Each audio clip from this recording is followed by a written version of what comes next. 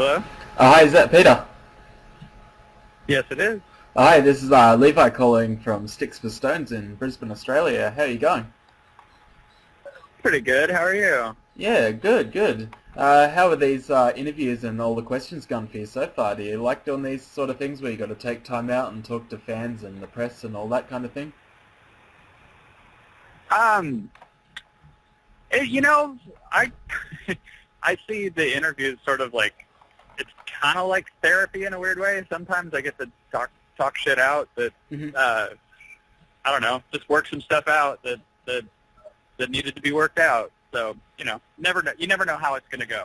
Yeah, well, I got to tell you, I'm a pretty awful therapist, and I don't think I'll be bringing up any, daddy issues or anything like that. I didn't mean that kind of therapy. Yeah, I know. As in just figuring some stuff out. Yeah, for sure. You guys are coming to Australia this month, and I've missed the last couple of tours. I haven't seen the Dandy Warhols live, but I've been a big fan ever since Welcome to the Monkey House came out. Are you excited about coming back? I know you're pretty popular here. We're always excited about coming back to Australia. It's always a treat, and I think we're incredibly lucky that we get to come as often as we do. For the last I think 4 or 5 years, it's been once a year, so it's pretty cool. Yeah, I know you come here a lot. Would you say this is one of your favorite countries? And if you were to pick a list of favorite places to tour, what would be some of your favorite countries? Australia is definitely one of them. And a good portion of that, or the reason for that, is that the fans, and the reception that we get. Mm-hmm. Of course, there's countries I like going to where we, maybe don't do as well. But so that changes your view, or it changes your experience a bit. But as far as other favorite places, France has always been super cool. Italy and Spain are fun because fan reaction. But we don't get to go to those places all that much. Yeah, definitely. I don't know. Now you've been testing out some new songs from Distortland. How are they going down with the crowds? Yeah, amazingly well. The reception for this record has been really, really good. Yeah. None of a lot we get, when you're playing new songs, that nobody's heard before. You just get these blank stares. Yeah. People going, "What is this?" And they're just listening. It's just they don't know.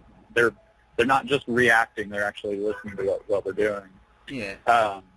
This time it's been almost instant. People treating the songs like they've known them forever. Yeah, definitely. When you're doing a set list, do you get nervous at all when you're testing out new material and you don't know whether it's going to go down? Well, nah, that's the fun part. As anytime there's any sort of risk involved is way more fun, way more interesting than just playing the ones that are easy and that we know work. And if it's almost like if we don't know how to play it quite right yet, it becomes really fun, more fun. Yeah. Would you ever skip out a song if you do a lot of upbeat numbers and then there's a slow song in the set list and you just don't feel like the crowd's feeling it? Do you ever kind of change the set lists on the fly? Yeah, we do that a lot. We've always. In the beginning, we never had set lists. It was just calling out songs. Mm-hmm. And then we decided to become a little bit more professional and actually, allow our sound front of house guy and lighting guy to know what we were going to do. Mm-hmm. But we still will toss songs in or cut songs or move songs around all the time. Yeah, cool. It's unusual to get through a set without without screwing it up in one way or another. Yeah. Now I know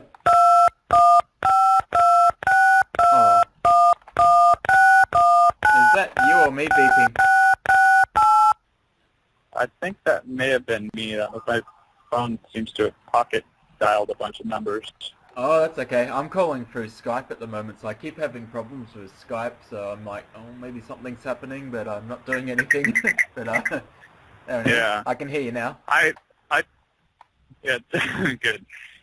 There's obviously a screw up with the way the interviews were scheduled today, because I haven't been able to get through one interview without like being called 4 times by somebody else. Oh, that was probably me. I'm just ignoring. Well, not through all of them though. Oh yeah. I don't know. I really don't know what's going on. It's really crazy. Yeah, that's okay. I'm sure you probably get asked this question a bit, but it's a super interesting one. You're handpicked by David Bowie himself to play the Meltdown Festival and a few of his other shows on, I think, the Heathen Tour. What was that like playing with Bowie? Well, that must have been like the coolest experience ever. It was, it was amazing, and we really, at that point, sort of, felt very validated. Because the first time he decided that he liked us was before Bohemian hit big. It was, we were still struggling along at our, little indie rock level, and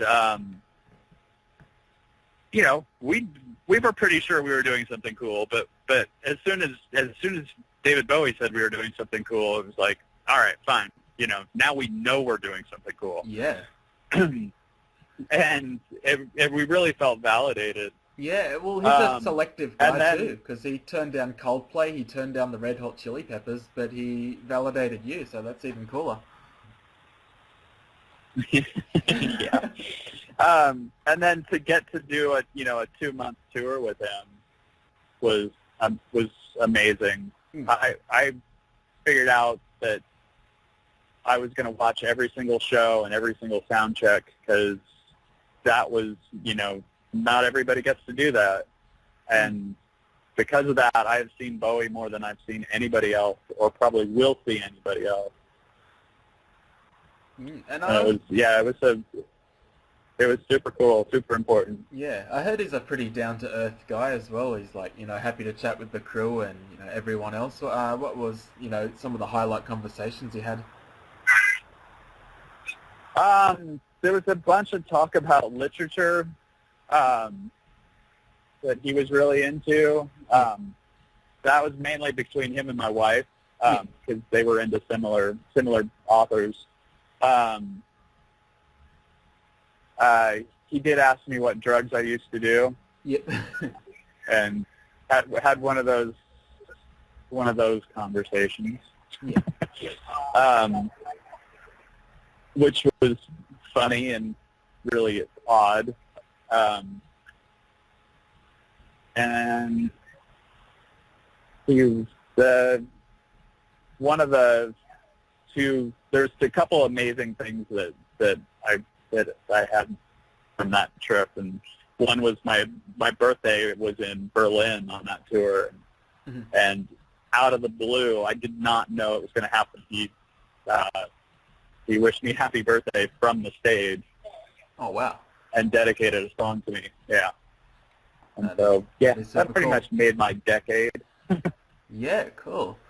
Definitely one of your biggest songs, Bohemian Like You. I remember a while ago it was featured on a Vodafone ad, and I'm just wondering, when an offer like that comes up, obviously there's good money in an ad for Vodafone, but was there ever like a discussion between the band, doing an ad for Vodafone? Do you think it, could have killed your reputation, or could have been seen as a sellout move? What were your thoughts on that when that ad came out at the time? We never had that conversation. No. Early on, that was not our first advertisement. It's not our first. We'd had songs in movies and ads and TV shows, like a bunch at that point. Nothing ever happened with it. It was just some money that we could live on. Yeah. So we didn't really think twice about it. The Vodafone ad was a lot of money.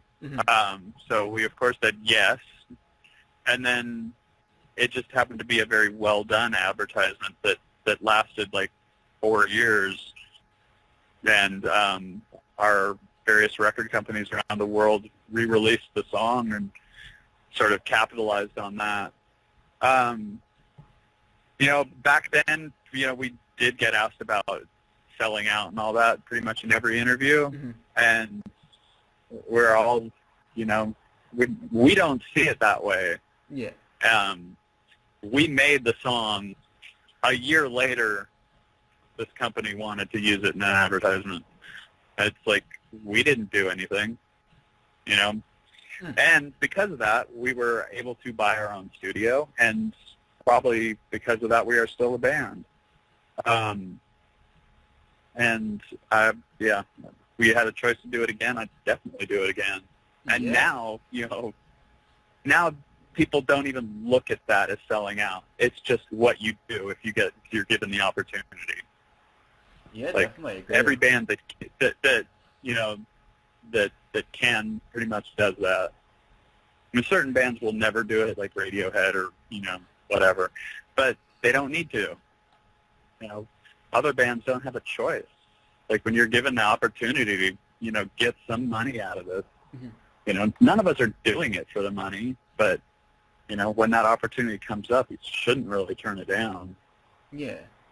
And with your record label at the moment, are you kind of doing your own thing now? You're not with Capitol Records. How's that going, and what's it like not being on a major label anymore? We haven't been on a major label for three records now. Yeah.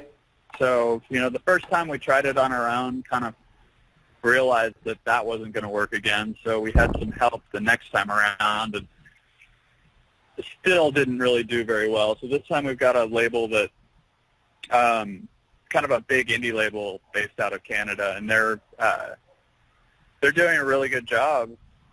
And it's nice, we noticed the difference between, what we had in the past and what we've got now. So still not at the level of Capitol Records, but, Yeah. It's not a major label. It shouldn't be at the same level. Yeah, if you were an up-and-coming band again, starting all over, and, you had the big labels offering contracts, would you take it, going around the second time? Absolutely. Yeah, so you think it's the best way to go?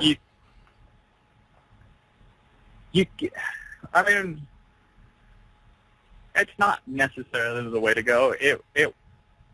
There's a lot of money that they are able to throw, or whatever. They have a lot of connections, to like radio and stuff like that. And you can't deny that radio is the way that most people hear music. And if you don't get a song on radio, then you're not going to get a lot of people to come out to your shows. And because we did have that opportunity for the 10 years or whatever that we were on Capitol, we have an audience around the world. And I think a lot of young bands will never get that opportunity the way that we do. And it's because of what the major label was able to do. Yeah, definitely. Well, I know there's a bit of confusion with all the interviews, so I won't keep you too much longer. I'll just ask one more question. And I'm just wondering, I always tend to do this as my last question. I ask people, what their favourite albums at the moment are. So just a couple off the top of your head, that whatever album is in your car stereo or your record player at the moment, just some stuff you're really digging. I really like the last A Place Very Strangers record. Uh-huh. I think it's Transfixions, maybe, is what it's called. Not sure. Oh, I'll Google it after and make a little playlist. Yeah, and the last Liars record was was really cool. I heard a song on the radio that radio. Yep. And it really blew me away, and I was like, what the hell is it? And was very surprised to find out it was the Liars, because I'd heard I think a song off their first record or EP and didn't really like it, and just assumed from that point on I wouldn't like it, wouldn't like them, so never paid any attention. Mm-hmm. And now I've gone back and I pretty much like almost everything they've ever done.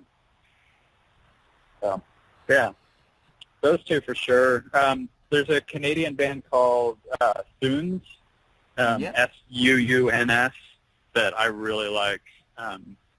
Finally got to see them a few months ago, and they were amazing live.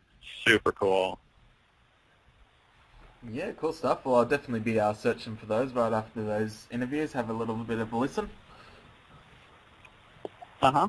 Yeah, cool stuff, man. Well, thanks very much, Peter, for taking your time out and doing all these interviews and taking my questions. So I really appreciate it. Yeah, no problem. Thank you. All right, man. Enjoy your day. Okay, you too. Bye. Ciao.